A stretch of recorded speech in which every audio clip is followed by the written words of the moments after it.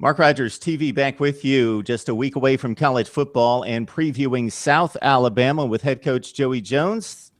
Coach, thanks so much for joining us again. Good to be here this morning.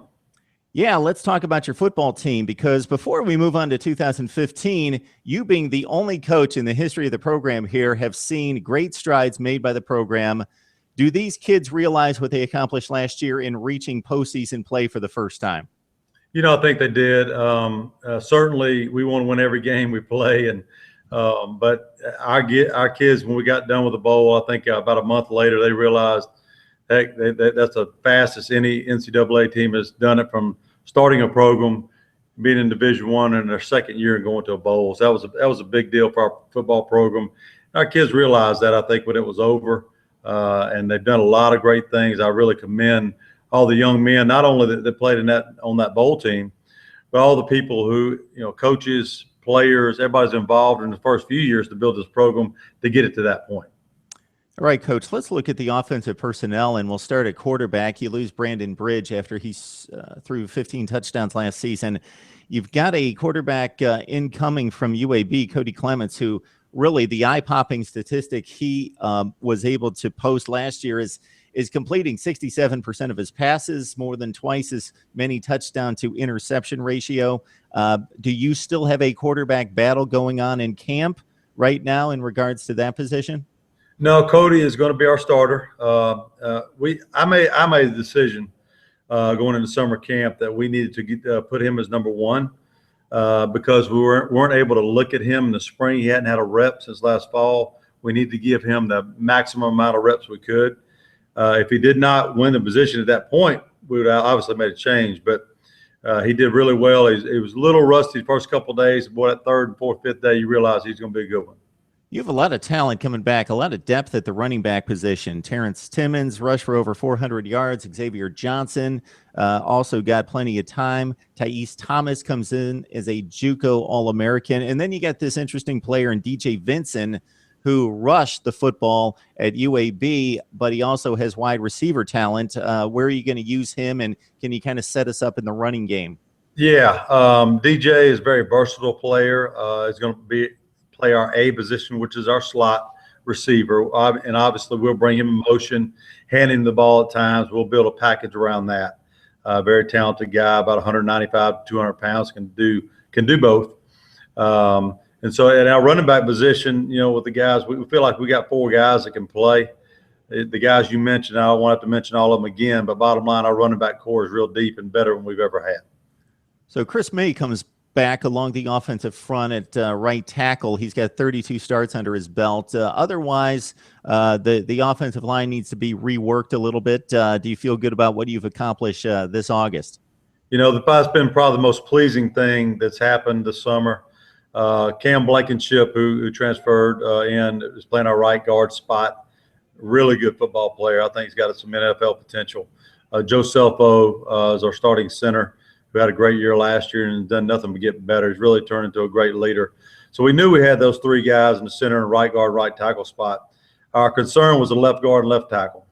But we've really found two guys that have come through. Curtis Williams, a junior college transfer that just got with us this summer, didn't practice this spring. And normally a lineman takes a longer time to get ready to play, but he's really gotten there. He's 6'5", 300 pounds, and real athletic, and he's really shoring up that left tackle spot. And Daniel Oust is a smaller guy, the 6'1.5", 285 type size, a little smaller, but extremely good feet, extremely good athlete, and he can play center, guard, and tackle.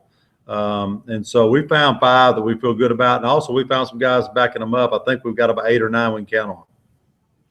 And you mentioned Blankenship with the pro potential. 24 starts at UAB also brings a valuable experience to the position. Wide receiver will finish there on offense. That's the position fans love to hear about, because those are the game changers and the guys that are fun to watch. Where do you stand at wideout? I know that you've lost a ton. Yeah, we have, but also you look at what we have coming back. Josh McGee, who was actually here at South Alabama, transferred to UAB because his dad was real sick, real bad illness, and ended up leaving us late in the summer. But he's come back, and he's a very, very good receiver, starting our Z spot. Claude Garrett is a junior college guy we brought in last year, had a good year. He's really blossomed. He's 6'2" and a half, about 212 pounds. Extremely good downfield guy. Those two guys are really a threat. And then backing those guys up, we got Marvin Shin, who transferred from Alabama, Danny Woodson, who transferred from Alabama. Those guys are playing well. And so we feel really good about our outside receivers. All right, Coach, we'll talk defense. If you look strictly at the depth chart, you bring back just 2 of 11 starters with Antonio Carter and Roman Buchanan at the safety spots. Very productive in coming up and supporting the run. Linebacker Kalen Jackson comes in from UAB. Jimmy Gibson, probably your most productive defensive lineman, coming back from last season with 7 tackles for loss. Can you kind of give us a look at the defense in regards to what kind of strides you've made during spring and summer camp to get you ready? Yeah, that was probably our biggest concern about the whole team, me looking at what we had to improve on, and that was on defense. We had a great defense last year. I thought we played championship-type defense. We lost a lot of those guys, and the biggest concern was up front. And but what we have coming back is we got Akeem Lewis, who had a ton of reps last year at the defensive end spot. We've got Trey Alford, who had played a ton at nose guard. Really quick, short nose guard type guy, about 310 pounds. He's playing really well. Really excited about how he's playing. And we got Demarion Hughes, who's playing a good bit on the defensive line, and we feel good about that. So we've got some guys. Caleb Butler played a lot last year as a true freshman, and he's done really well. So he's been hurt with a knee injury, but he looks really good right now, about 275, 280 pounds. And so we got probably more depth in some ways. May not have the all conference type players we had last year. Jesse Kelly was such a force in there, and Drone McClain. But these guys are really coming on, and they've learned how to play great defense last year. That thing has just caught on. Coach Pearson's done a great job with our defensive front. Special teams, your punter and place kicker come back after hitting 15 of 18 field goals, so that can't be a whole lot of a concern there.